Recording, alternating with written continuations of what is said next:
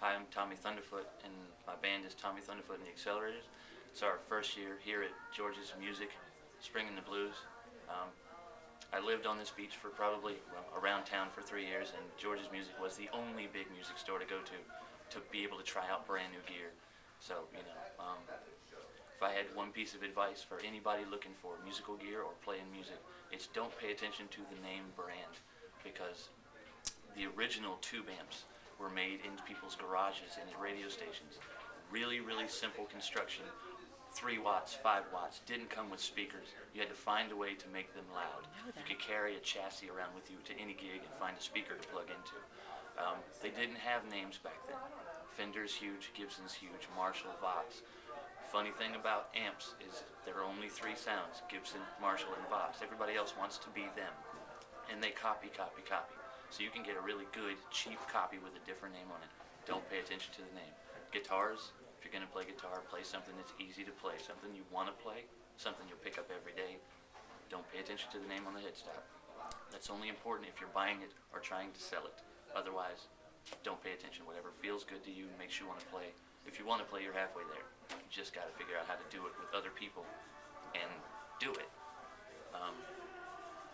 Drummers, just listen to the old cats. They knew what was going on back in the 30s and the 40s before bands were really loud and electrified. Blues bands are not loud. They're not loud. Rock bands are loud.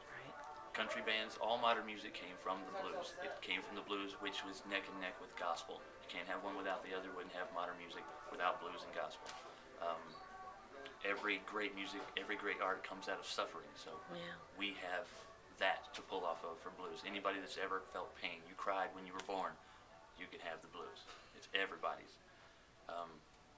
My greatest influence was Elmore James. He had a brother that worked at a radio station, built him a tube amp.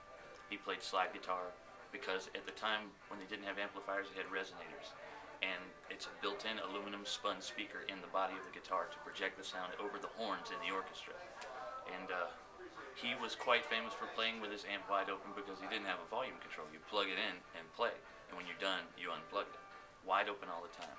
He roamed the Mississippi Hill Country and the countrysides and all up and down the Mississippi River with Robert Johnson. And a lot of Robert Johnson songs and a lot of Elmore James songs are the same sounding because they played together even though they hated each other's guts at the end. Elmore James lived longer. So, Rollin' and Tumblin', Sky is Crying, Shake Your Moneymaker, Hawaiian Boogie, all these songs could have been heard coming out of Robert Johnson's guitar at the same time in the 20s, but Elmore James lived long enough to be recorded and recorded and recorded. He played with Ike Turner and his Blues Kings. Sonny Boy Williamson, they wrote One Way Out, which is an Allman Brothers song that everybody in the world knows. So this blues actually goes back, apprenticeship by apprenticeship. You want to chase that even further back.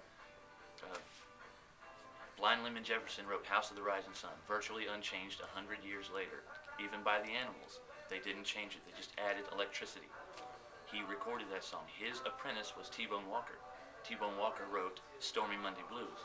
T-Bone Walker gave up his job to Charlie Christian to lead an orchestra. Charlie Christian is known throughout the world for his orchestra and jazz work.